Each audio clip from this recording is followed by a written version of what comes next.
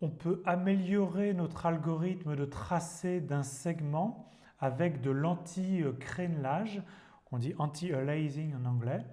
Donc pour l'instant, ce qu'on sait faire, c'est qu'on sait tracer les pixels qui correspondent aux segments qui vont de ce point-là à ce point-là.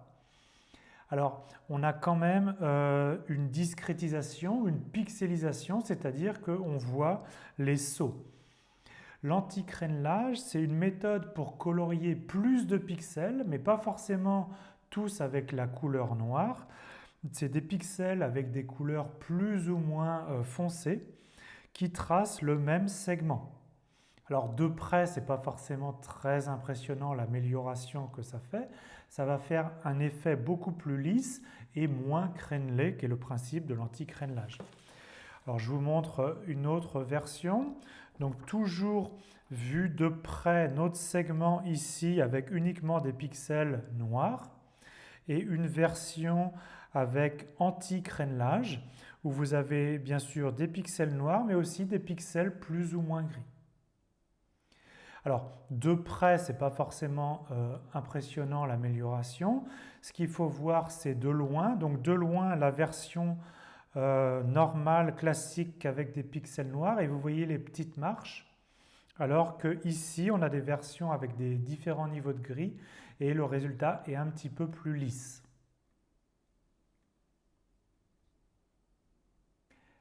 Expliquons géométriquement comment réaliser cet anti-crénelage. Donc on va considérer la droite réelle, le segment réel qui relie P1 à P2. Et au lieu d'attribuer une couleur complètement noire aux pixels comme on avait vu dans les algorithmes précédents, on va attribuer une couleur plus ou moins noire. On va répartir sur chacune des couleurs 100% du noir. Alors pour la première colonne, il n'y a pas de doute, le segment réel il est complètement contenu dans la case qui contient P1. Donc on lui attribue 100% de noir et donc 0% pour les autres cases de cette colonne. Il y a des colonnes où c'est aussi facile. Vous voyez ici sur cette colonne-là, le segment réel il est complètement contenu dans cette case-là et on lui attribue 100% de noir. Ici, phénomène intéressant, vous voyez que le segment réel, il intersecte exactement au milieu des deux carrés. Et donc, on va répartir 50% de noir pour cette case-là, donc niveau de gris 0,5, et 50% de noir pour celui-là. D'accord? Et à chaque fois, sur une colonne, on va répartir en fait 100% du noir, mais pas forcément de façon équitable. Alors, voyons un exemple où ce n'est pas équitable. On va regarder cette colonne-là. On va attribuer donc principalement du noir à cette case centrée en ce point. Et puis quand même, vous voyez que le segment réel, il coupe un petit peu la case du bas, et donc on va lui attribuer aussi une valeur de noir. Comment est-ce qu'on fait? On considère en fait ici que c'est un système de masse pondérée, d'accord? Donc vous reliez ici ces deux centres, et on va attribuer une valeur plus grande à ce centre-là, parce que le segment réel, il est plus contenu dans cette case-là. Et donc, par exemple, on va attribuer 66% du noir à cette case-là et seulement 33% de noir à cette case-là.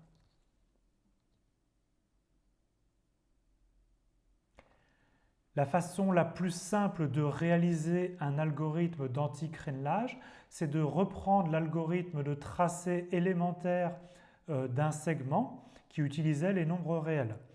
Donc on calcule le coefficient directeur alpha, et donc on applique l'algorithme de tracé réel, et à chaque fois on va poser J la partie entière de Y, et L la partie fractionnaire de Y, c'est-à-dire le nombre Y moins sa partie entière.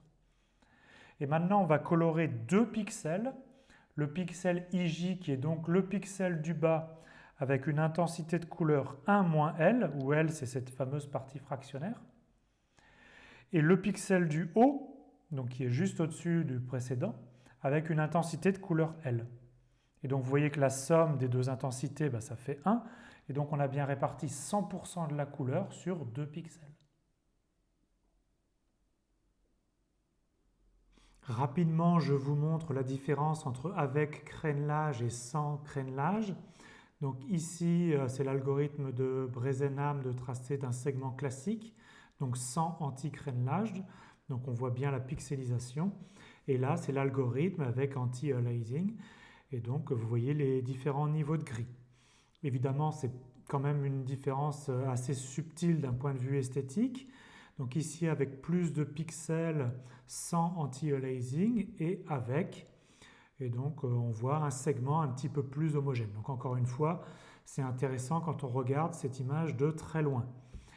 Ou autrement dit, c'est-à-dire qu'on augmente la résolution, ici sans anti-aliasing et avec. Et ici sans anti-aliasing, ici avec.